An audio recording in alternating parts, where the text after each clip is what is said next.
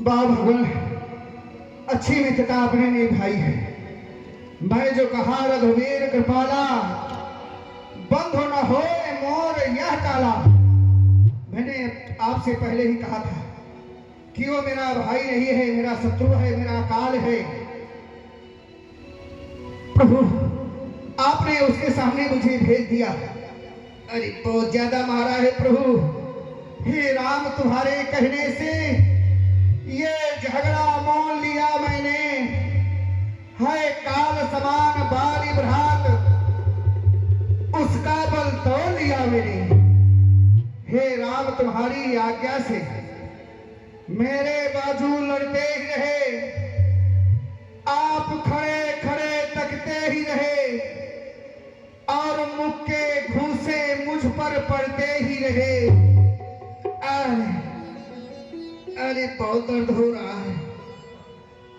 अच्छी मित्रता निभाई है प्रभु। एक रूप तुम भ्राता दो, तेहि भ्रमते नहीं मारो सो। तुम दोनों भाई एक ही रूप के हो, इस भ्रम के कारण मैंने उसका वध नहीं किया। वैसे दो व्यक्तियों में बाह्य रूपों में कितनी भी समानता क्यों न हो, उनमें अंतर निकालना कठिन नहीं होता, परंतु तुम दोनों भाइयों का भ्रमतर एक जैसा था। इधर तुम मुझसे कह रहे थे कि बाली परम हित जास प्रसादा, मिले राम तुम समन विसादा। बाली मेरा परम हित ऐसी है जिसके कारण मुझे आप मिले हैं। आपने तो यहाँ तक कहा था कि प्रत्यक्ष की बात छोड़ो, सपने जैसन होई लड़ाई। यदि सपने में भी मेरी बाली से कभी लड़ाई होती है, मैं ऐसा स्वप्न भी देख लूं, तो जागे समुझत मन सकुचाई। जागने पर मेरा मन संकुचित हो जाएगा कि जिसके कारण आप मिले, मैं ऐसे बाली से स्वप्न में भी क्यों लड़ा। ये तो आपके विचार थे। और उधर बाली के विचार। कहा बाली सुनु भीर प्रिय समदर्शी रघुनाथ, जो कदाचि महिमारी ही तौ पुनि हो सनाथ। तुम दोनों भाइयों के विचारों में कोई अंतर ही नहीं था, इसलिए मैंने उसका वध नहीं किया। अब कह रहे हो कि बंधु न होई मोर यह काला, तो फिर विश्वास रखो, मेरे मित्र का काल कभी जीवित नहीं रहता। कर परसा सुग्रीव शरीरा, तन भाकुल गई सब पीरा। मेरी कंठ सुमन की माला, उन पठवा बल दे विशाला। ये क्या किया भगवान आपने? आपने जैसे ही मेरे शरीर पर अपने हाथ को स्पर्श किया, मेरा शरीर पुनः वही वज्रत हो गया। मेरे सारे शरीर की पीड़ा दूर हो गई है। और ये हार, ये गज पुष्प लता की माला है। आज प्रातः लक्ष्मण के द्वारा मुझे पहनाई गई थी, और वही अपने कंठ की माला मैंने आपके वक्षस्थल पर सुशोभित की है।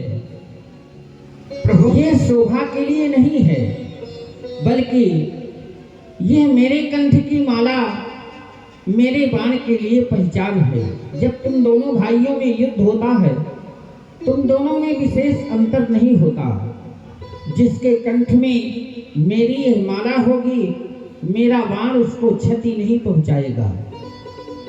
प्रभु, ये आप पहचान के लिए माला पहना रहे हैं। अब मुझे तो कुछ ऐसा लग रहा है कि आप मेरे भाई से मिले हैं क्या भगवान?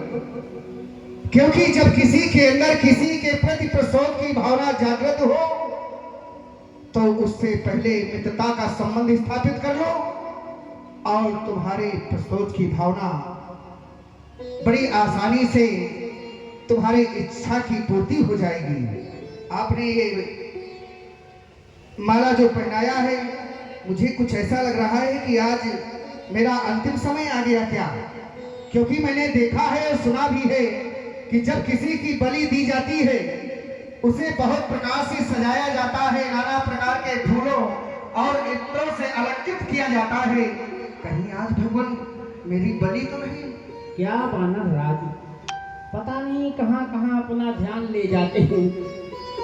कह रहे हैं जब किसी पशु की बलि दी जाती है तो उसे फूल मालाओं से अलंकृत किया जाता है। हाँ, लेकिन आपको यह भी तो विदित है कि किसी भी यज्ञ में वानर की बलि नहीं दी जाती। ये तो बात सही है, परंतु भगवान मैंने सोचा कि शायद बानरों के बीच में बानरों की बलि दी जाती हो।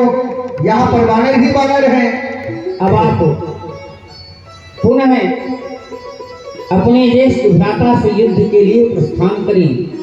आपको विशाल बल दे करके मैं भेज रहा हूँ, जाओ और युद्ध करो। आप भेज तो रहे हैं, लेकिन इस बार तो खबर लेने का लायक उसने छोड़ दिया है। खबर लेकर आपके पास आ गया। अब की बार अगर पकड़ पाएगा तो खबर देने लायक मुझे छोड़ेगा नहीं। परंतु ध्यान रखिएगा भगवान, ये मेरा निवेदन है। जब योद्धा संग्राम भूमि में पहुंचता है तो वो कभी ये चिंता नहीं करता कि मैं लौट कर किसी को सोचना भी दूंगा। ठीक है भगवान, मैं आपके आदेशों का पालन करूंगा। चलता हूँ। प्रेम से बोलिए वाहिनी सरकार की जय। जय जय श्री राम, जय जय श्री राम, जय जय श्री राम।